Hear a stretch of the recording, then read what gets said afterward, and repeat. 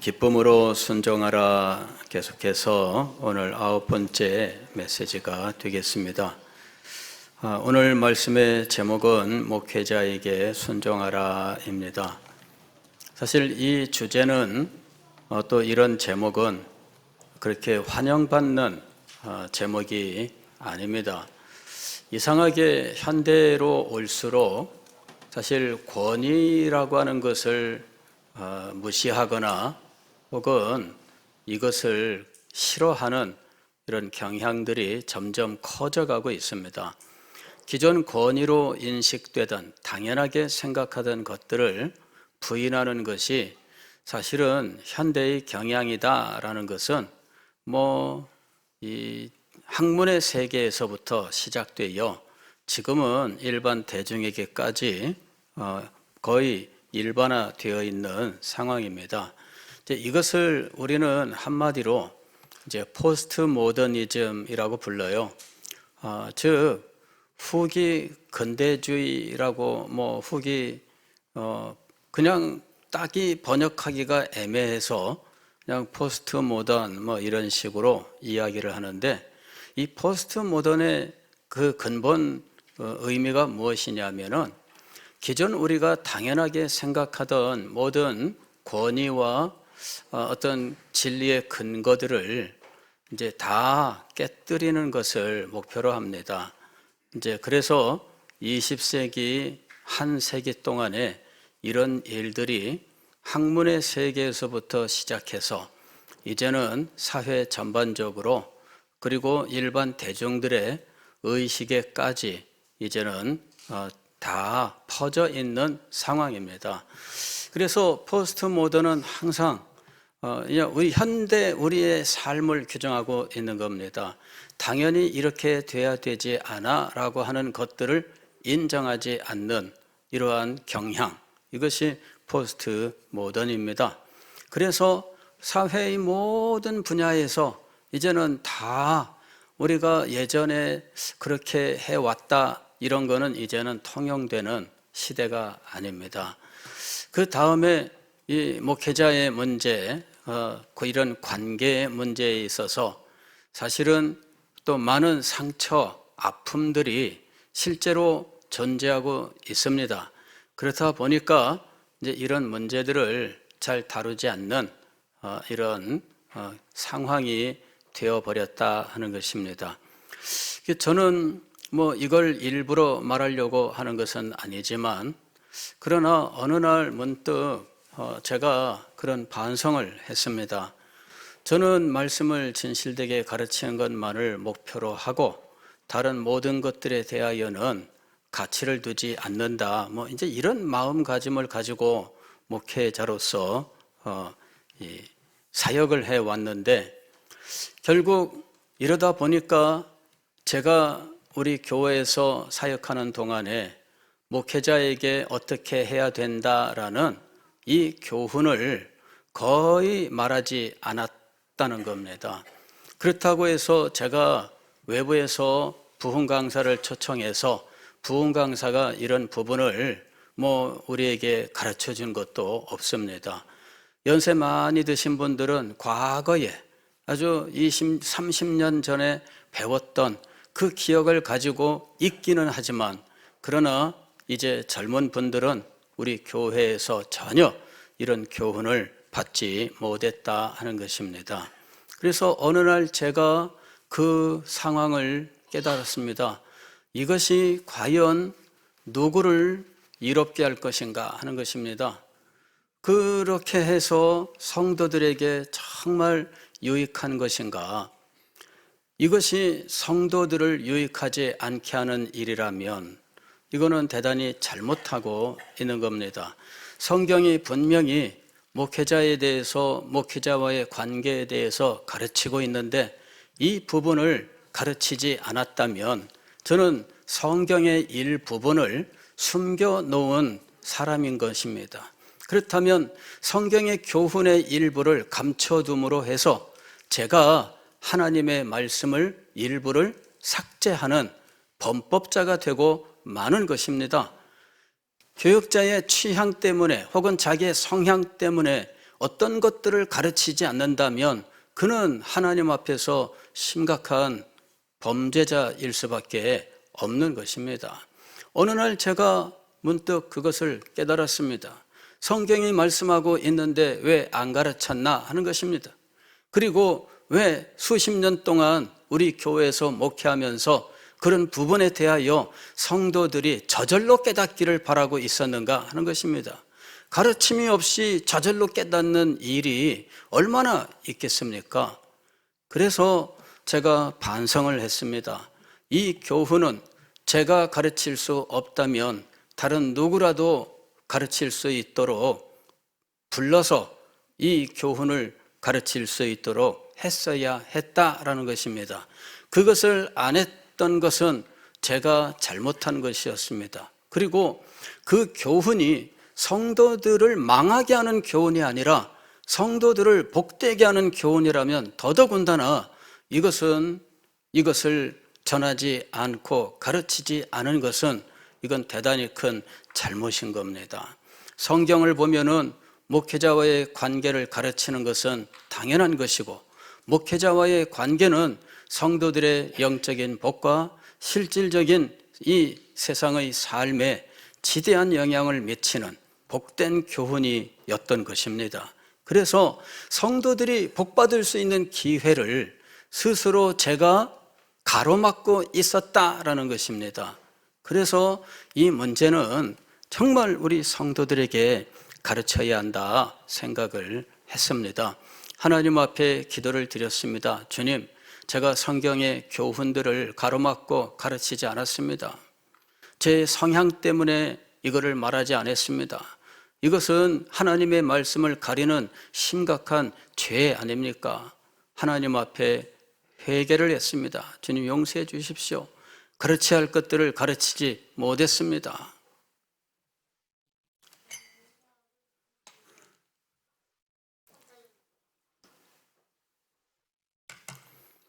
작년 신년 특별 새벽 기도회에서 마지막 날 교육자에 대하여 제가 말씀을 전했습니다. 그러나 저의 충심이 전달되기보다는 그 전했던 말 중에 자기에게 걸리는 것들이 있다 하면서 이 교훈 전부에 대하여 반발하고 하는 일들이 있었습니다. 교육자 목사님에게 좀 식사도 좀 사주시고 그러라 그랬더니 뭐 밥 사달란 말이고 이런 식의 말까지 들려왔습니다. 누가 뭐 밥 사달래요? 식사를 사라 그런 거지? 예. 그게 내가 무슨 뭐 성도들한테 밥 사달라 그래요? 내가 밥 못 먹어서 뭐 밥 사달라 그래요? 식사 한 끼 사라는 것이었지? 그거는 밥 먹고 싶어서 무슨 뭐 음식 먹고 싶어서가 아니었잖아요. 그게 교제를 위한 것입니다. 그리고 기도를 위한 것이에요. 지금 시대는 신방도 지금 코로나 이후에는 신방도 힘들고 어려워요. 또 이 낮에 일하러 다니는 분들이 또 많아요. 예전에는 주부들이 집에 있었지만 지금은 그런 분들은 연세 드신 분들 외에는 없습니다. 신방하려고 하면은 한 달 걸려서 겨우 신방이 잡힐 동 말동, 이것이 오늘 우리 현실입니다. 그래서 신방 잡는 게 엄청난 스트레스예요. 그런데 성도들을 만나야 되잖아요. 대화를 하고 기도해야 되잖아요.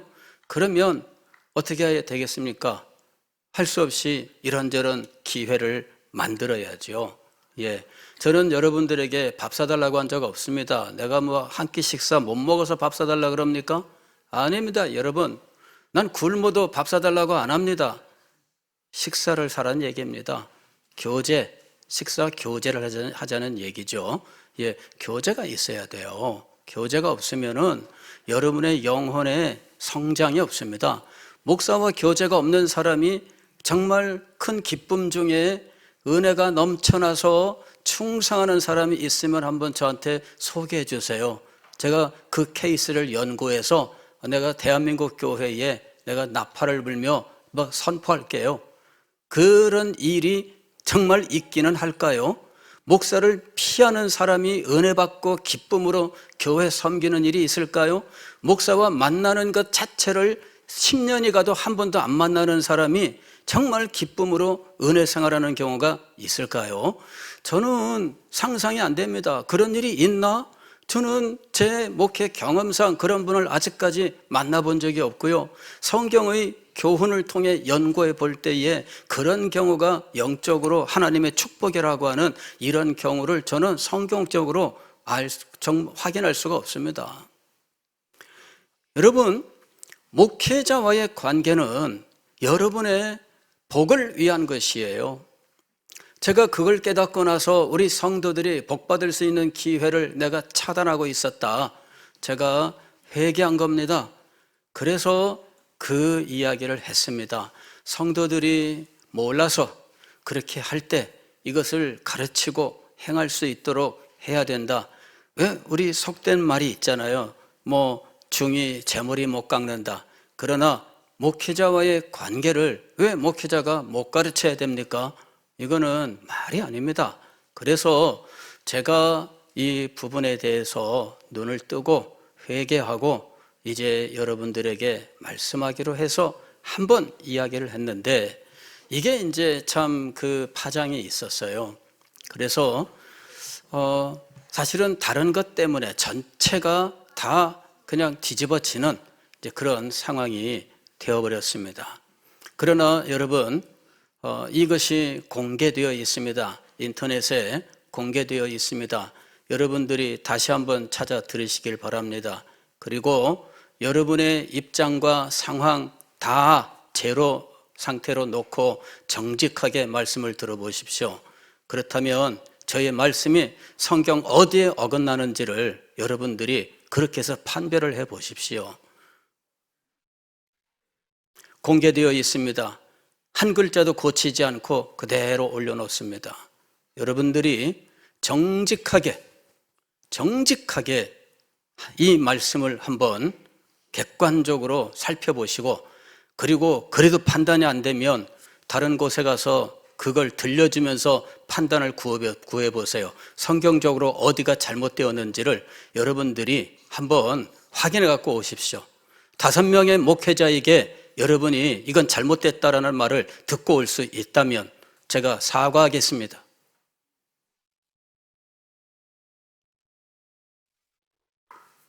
저는 여러분들의 영혼을 위해서 수고하는 사람일 뿐입니다.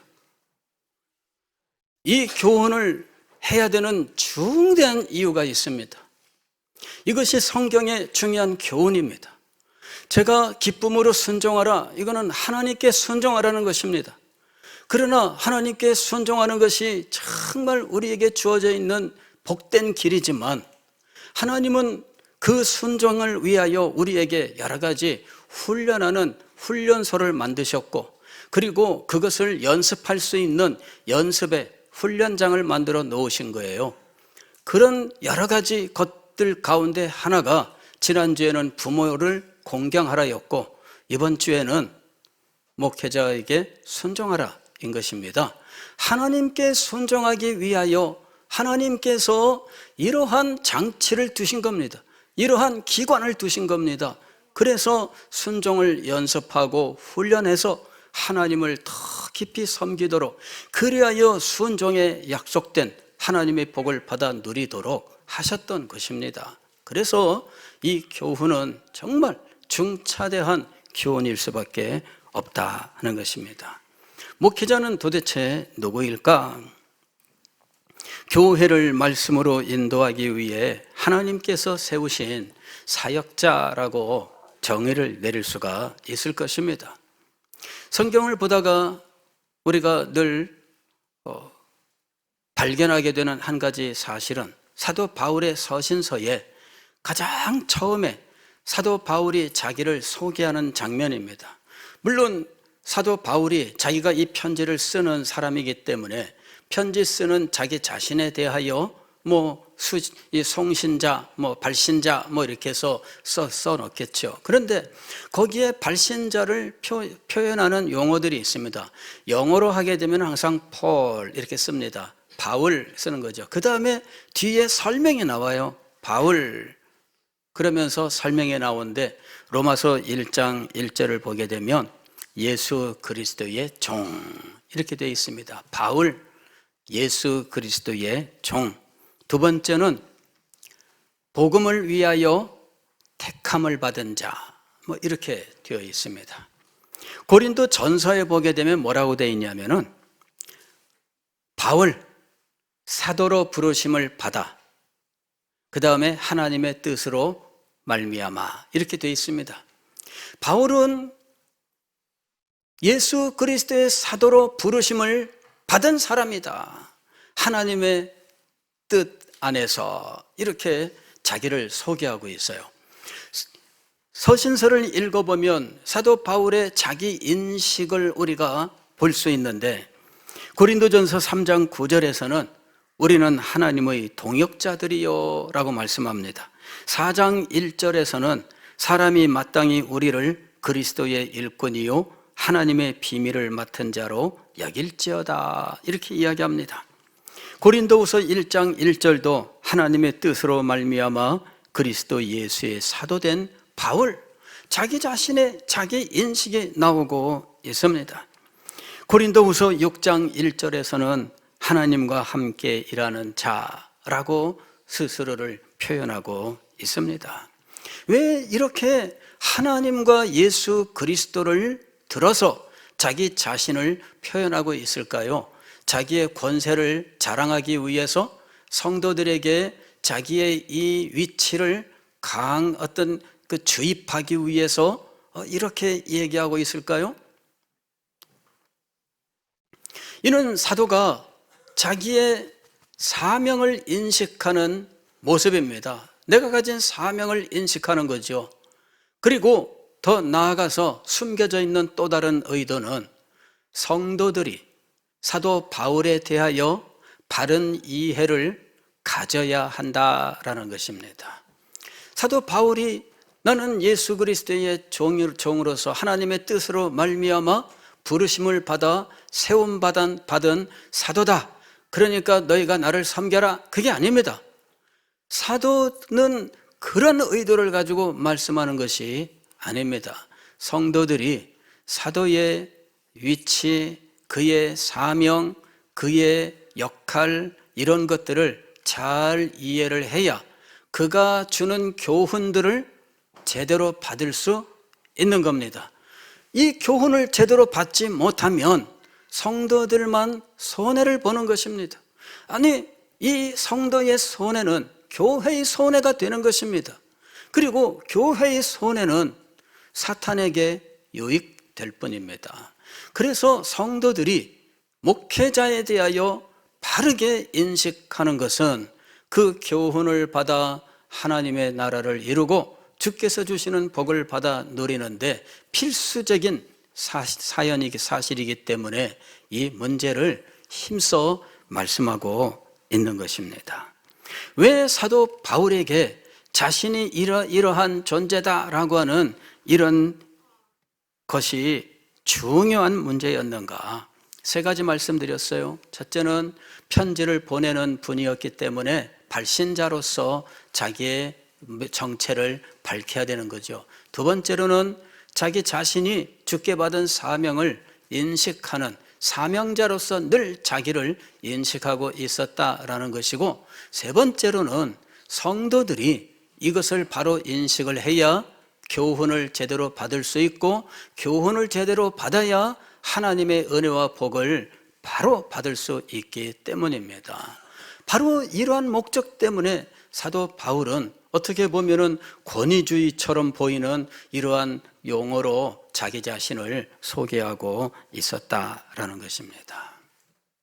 성도들은 목회자에 대하여 그 인식을, 성경적 인식을 바르게 해야 됩니다. 세상의 기관이나 혹은 조직이나 혹은 뭐 이런저런 인간이 만들어 놓은 단체나 이런 것을 비유해서 이해를 해야 되는 것이 아니라 성경적 그 정의, 위치, 사명과 역할, 그리고 그에 대하여 어떻게 대해야 되느냐라는 이 성경의 교훈을 우리가 바로 알아야 한다 하는 것입니다. 목회자는 하나님께서 선택하시고 부르시고 세우신 하나님의 종이다 하는 사실을 우리가 분명히 인식하고 있어야 합니다. 종교개혁 시대에 나타난 한 가지 중요한 사상이 있는데 만인 제사장주의라고 하는 것입니다. 그 당시에 사제가 하나님의 모든 복을 독점하고 있었습니다. 그런데 만인 제사장주의라고 하는 것으로 성도들도 하나님 앞에 직접 나아가서 하나님께 기도하고 하나님의 은혜를 받을 수 있다라고 한 겁니다. 그런데 혹 이 만인 제사장주의가 그냥 용어만 가지고 그 개념을 정확하게 알지 못한 채 후대에 들어오면서 다양하게 오해가 된 면이 있습니다. 목회자의 역할이 필요 없다라고 주장하는 사람들도 있었고, 그래서 교회에서 목회자를 아예 없애버린 교회도 있습니다. 퀘이커 교도 같은 사람들, 목회자가 없습니다. 우리나라의 그 와츠만리의 지방교회 같은 경우도 제가 불면하지만은 과거에 목회자가 없다 이렇게 들었는데, 그러면 말씀은 누가 전합니까? 근데 이 사람들은 말씀을 전하는 전담 어떤 역할을 하는 사람이 있다기보다는 이런 사람들의 경우는 대체로 그냥 누구에게 말씀이 임하면 아무나 자유롭게 이제 이런 특성을 가지고 있습니다.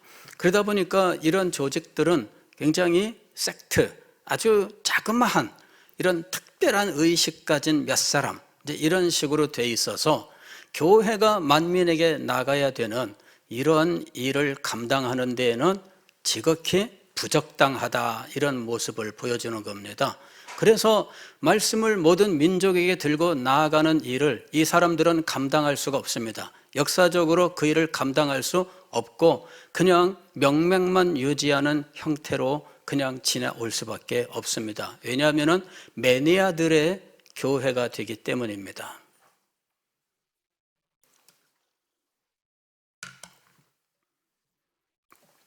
만인 제사장주의는 종교개혁의 중요한 정신인데, 이것이 나온 이유는 사제가 하나님과 성도 사이에서 하나님의 은혜를 내리는 중간 통로, 즉 중보자의 역할을 한다는 그 신학이 성경적으로 잘못되었다라는 것을 증명하는 용어였던 것입니다.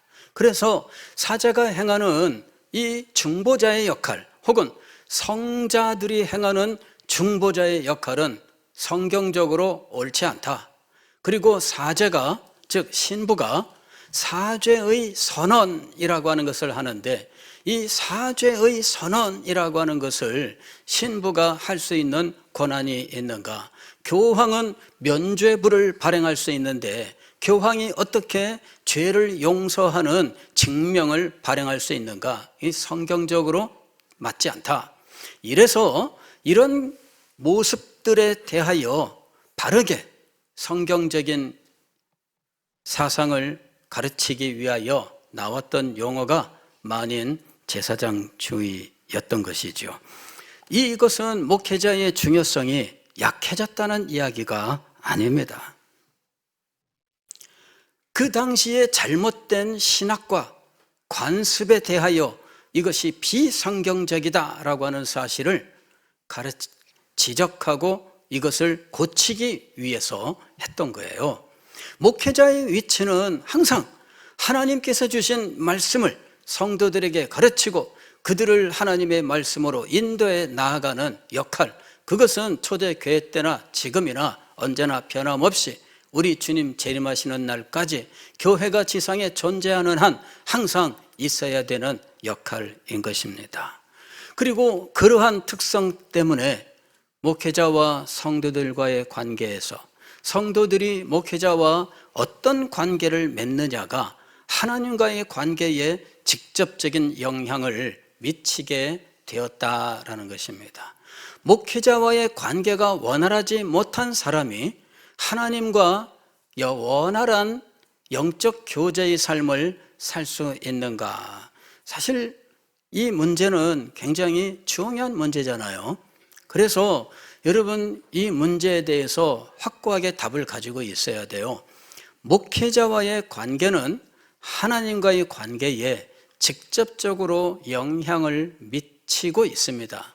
그래서 이 관계를 잘 만들어 나아가는 것이 정말 중요한 것입니다.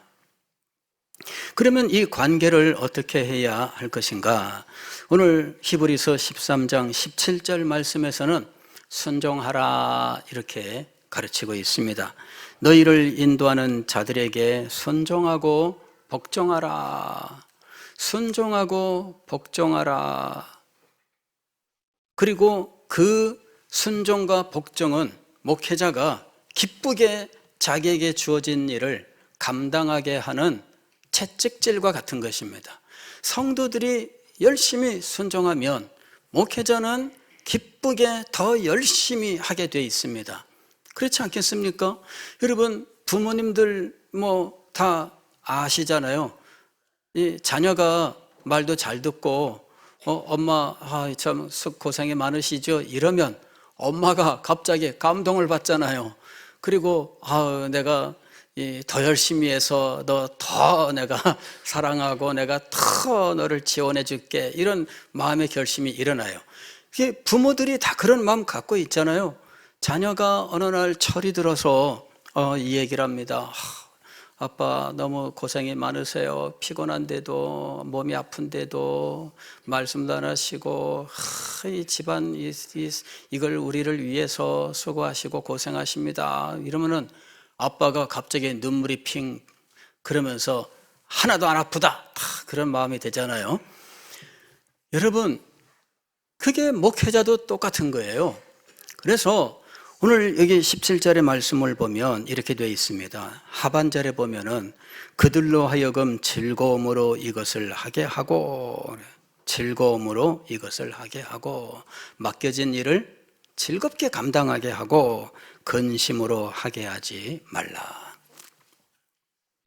이 근심으로 한다는 말은 뭐냐면은 저 사람이 아무리 해도 말씀을 순종하지 않고, 저 사람은 아무리 해도 교회 일을 늘 삐딱하게 보고 이렇게 생각하는 거예요. 근데 그런 생각이 오래되면 목사도 마음에 병이 들어요. 목사도 마음에 병이 듭니다. 마음에 병이 들면 마음 상태가 굉장히 거칠게 변하는 겁니다. 마음이 거칠어지면 입이 거칠어지게 돼 있어요. 그래서 이런 모습들이 불쑥불쑥 나타납니다. 물론 성도들한테 보이지는 않습니다. 성도들에게 보이지는 않습니다만은, 그러나 이것을 보일 수 있을 만한 상대, 즉 동료 목회자 이런 사람들을 만나면 그때 이 말들이 여과되지 않은 채 나올 수 있는 거예요. 그래서 저는 이런 것들을 굉장히 경계합니다. 행여 누구한테라도 그런 여과되지 않은 말들이 나오는 경우들을 참 경계하고, 그리고 어쩌다가라도 그런 말들이 나오면 굉장히 마음이 답답해요. 그리고 이거는 내가 잘못이다.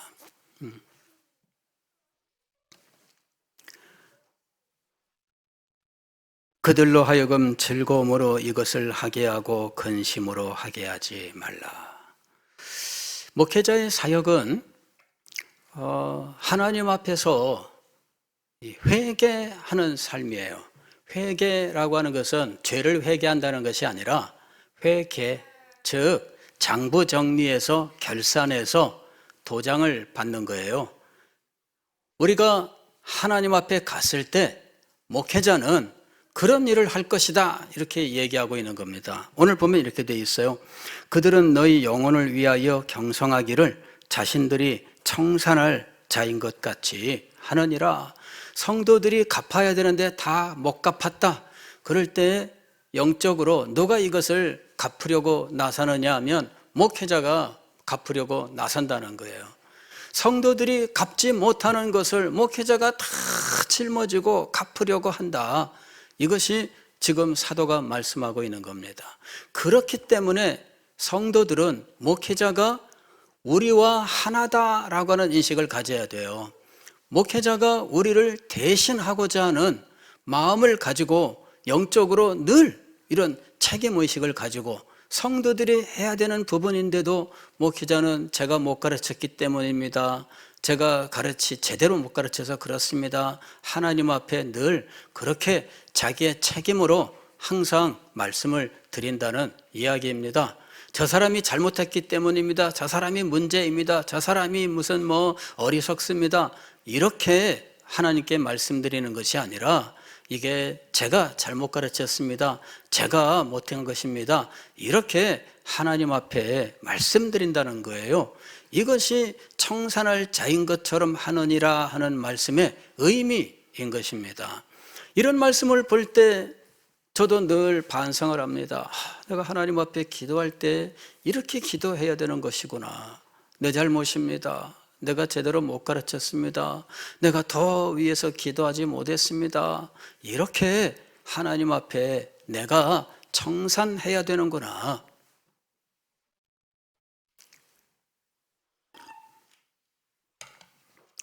그런데 이 17절 끝에 보면 이런 말씀이 있습니다. 그렇지 않으면 너희에게 유익이 없느니라. 여기 그렇지 않으면 이란 말은 어디에 걸리는 것이냐면 순종하고 복종하라에 걸리는 거예요. 순종하고 복종하라. 그렇지 않으면 너희에게 유익이 없느니라. 아까 제가 말씀을 드렸지요. 목회자와의 관계는 하나님과의 관계에 직접적으로 영향을 미치는 요인입니다 라고 말씀을 드렸습니다. 순종하고 복종하라. 그렇지 않으면 너희에게 유익이 없느니라. 순종하면 너희에게 무엇이 있느니라? 유익이 있느니라. 이 말씀입니다. 그래서 이것이 직결되어 있는 관계다라고 하는 사실을 오늘 말씀이 이렇게 우리에게 가르치고 있는 겁니다. 두 번째로 목회자와의 관계는 좋은 것을 함께 하는 것입니다. 좋은 것을 함께 하는 것. 갈라디아서 6장 6절 말씀을 보면 가르침을 받는 자는 말씀을 가르치는 자와 모든 좋은 것을 함께 하라. 과거에 선배 신앙인들은 많이 들었던 이야기입니다만은 어려운 시절이지만 집에 맛있는 거 들어오면 아이고 목사님 드려야 되는데 목사님을 먼저 생각하고, 좋은 것이 있으면 아이고 이 목사님도 이렇게 목사님을 떠올려요.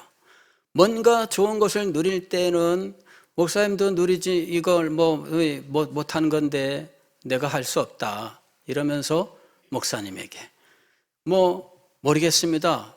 제가 그렇게까지 하라고 말씀드리는 건 아니에요. 어떤 분은 자기가 차를 바꿀 때는 목사님 차도 바꿔주고 이랬다는 사람들도 있습니다. 그러니까는 이게 뭐냐 그러면은 참 다 옛날 얘기로 듣는 것들입니다. 요새도 어느 곳에선가는 있을 수는 있지만 그러나 옛날에는 많이 들을 수 있었던 이야기.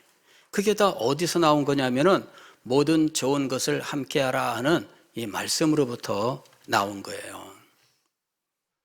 종종 제가 제 목양실에서 책을 이렇게 꺼내서 말씀 준비를 위해서나 평소 묵상을 위해서 책을 꺼내서 이렇게 들춰보고 이렇게 하는데, 서서 책을 꺼내고 그럴 때 제일 앞에 딱 넘기면은 이 인쇄가 안 된 차트 페이지에 보면은 가끔씩 날짜와 이름이 적혀 있는 경우들이 있습니다. 그건 뭐냐면은 저한테 책을 선물한 분들, 이분들이 어떤 특정 책을 저한테 선물하는 경우도 있고, 혹은 책을 사시라 하면서 봉투를 전달하는 경우도 있습니다. 그래서 그럴 때에 책을 사서 제가 거기다가 꼭 적어놨습니다. 제 서가에는 그런 책들이 많아요. 그래서 그때마다 이게 떠오릅니다. 아, 그래, 이분이 참 몇 년 전에 이거 그때 그렇게 했지. 이게 떠올라요. 여러분, 제 서가에 보면은 그런 책들이 제법 있습니다. 제가 서울의 어느 교회에서 사역하고 청년부 사역을 마쳤을 때 그 청년들이 저한테 해준 이 책이 있습니다. 스펄전 설교 전집을 해줬는데 그 책 앞에다가는 이 청년들 수십 명이 거의 저한테 인사말을 쓴 그 내용들이 편지가 쫙 있습니다. 그래가지고 이 책을 펼치면 거기에 이 청년들의 인사말이 쭉 나오는데 수십 명의 인사말이 적혀 있어요. 그걸 읽으면은 참 얼마나 마음에 감동이 있고, 참 그 시대에 이 청년들과 내가 어떻게 사역을 했지. 그 이름을 보면 생각이 납니다. 그러면서 주님께서 이 사람들과 함께 있었던 그 시대를 축복하시고 그 시대의 여파로 그 다음 시대가 정말 이들로 인하여 빛나는 시대가 되게 하옵소서. 여러분, 목회자에게 잘하는 게 그게 뭐 그렇게 무슨 엄청난 잘못입니까? 예? 그게 무슨 그렇게 엄청난 잘못입니까? 아니에요, 여러분. 목회자에게 잘하는 것은 목회자에게 더 충성스럽게 충성하라고 하는 격려이며 채찍질인 것입니다. 그의 마음의 완악함을 온유하게 만들고 그를 부드럽게 하여 더욱 충성된 사람으로 만드는 것이에요. 그래서 모든 좋은 것을 함께 하라, 이렇게 하는 것입니다. 세 번째로는 그의 사역을 후원하라인 것입니다. 빌립보서 4장에 보면은 사도 바울이 내게 능력 주시는 자 안에서 내가 모든 것을 할 수 있느니라 하고 말씀했는데, 그 말씀은 어디서 나온 것이냐면은 목회자의 사역과 삶을 후원하는 문제에 대해서 교훈할 때 했던 말입니다. 내가 너희에게 받고 싶어서 하는 말이 아니다. 내가 너희에게 뭔가를 더 얻으려고 하는 말이 아니다. 나는 그리스도 안에서 내게 모든 것이 다 있고 나는 모든 것이 풍족하다. 그러나 여러분의 유익을 위하여 내가 이 말을 반드시 해야 된다. 그러면서 목회자와의 관계를 이야기합니다. 사도 바울이 내가 먹고 싶어서, 내가 더 잘 입고 싶어서, 더 누리고 싶어서 성도들에게 그 얘기를 하는 것이 아닙니다.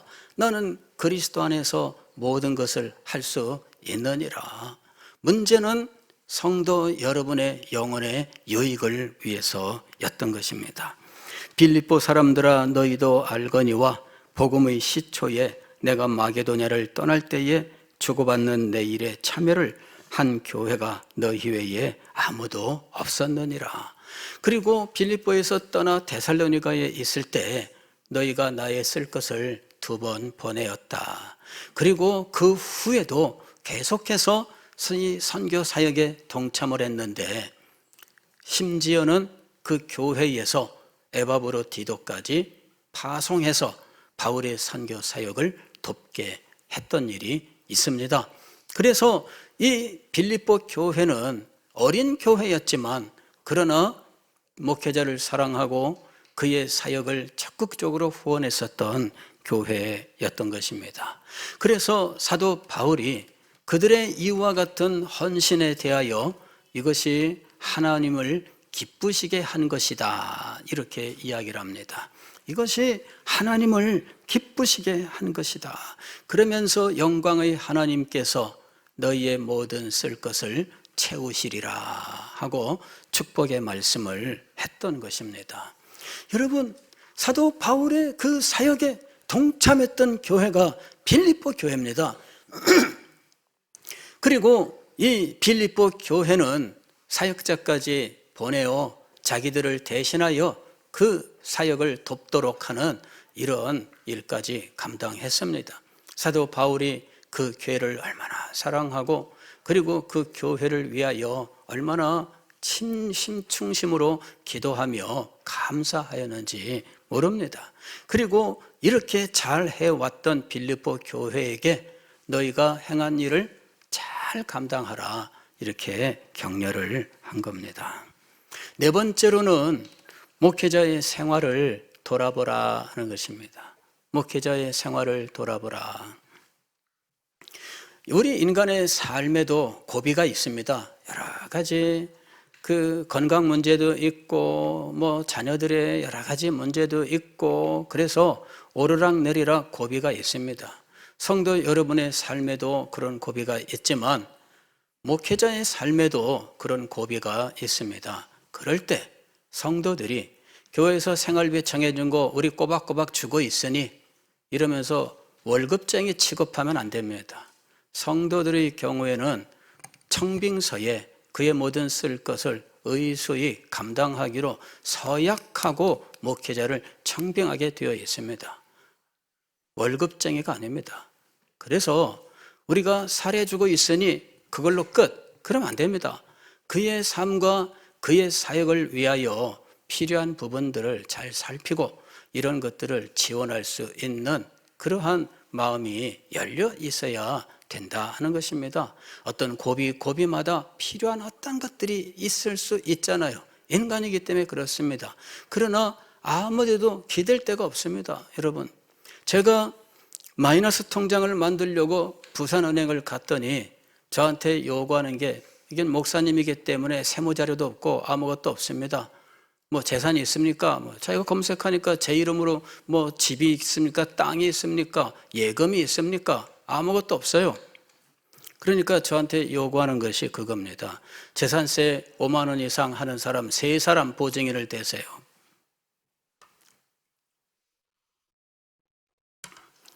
이 보증인을 어디 가서 제가 데려옵니까? 우리 교회에서 3사람 떠올리는데 말씀을 못 드리겠더라고. 그래서 포기했습니다. 포기했습니다. 여러분, 누구한테 말합니까? 말 못합니다. 목이 여기까지 올라와도 말 못합니다.